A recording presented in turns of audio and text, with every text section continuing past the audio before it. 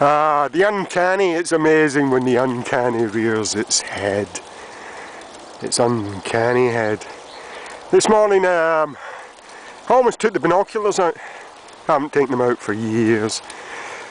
And I just amused to myself, I just thought, I've never seen anyone in the hills and whatnot with binoculars.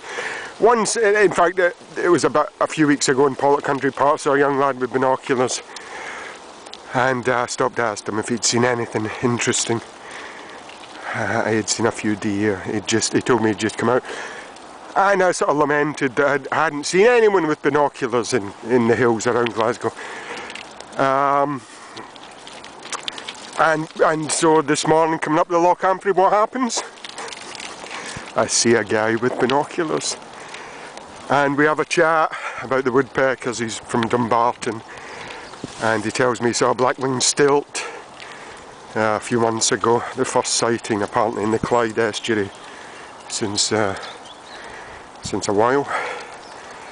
And so there you go, and you think, did I cause that? Did I effect that by jinxing it, by thinking about it?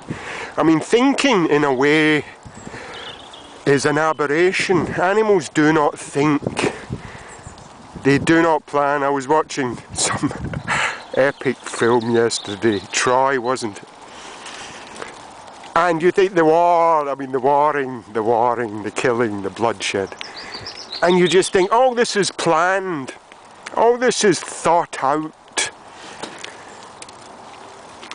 And it's thinking that causes the warring.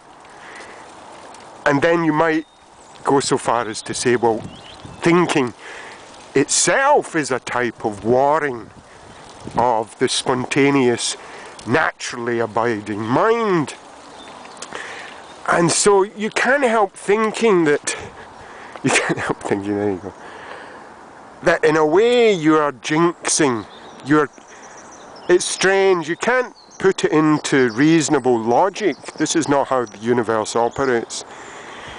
And so it's almost a sideways glance at something, because if you look at it head on, you're not going to see it. This is the great paradox of the universe. And so thinking itself may be the problem. And when you come into the hills, and this is what I've been speaking about, is the ecstasy of aboriginal auto-locomotion, of getting into the hills under your own steam, alone, unworlded, and emphatically unlettered. That means without language. And embracing the silence of the wilderness, the body, effectively.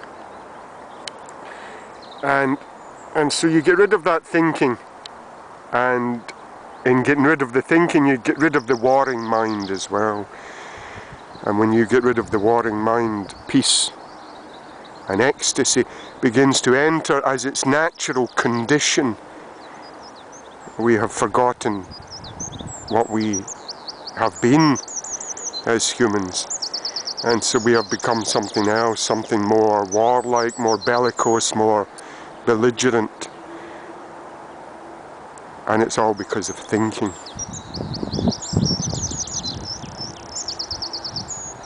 And a system that's based on, this mad Cartesian dualism, cogito ergo sum, but it's the opposite. Non cogito ergo sum. I do not think, therefore I am.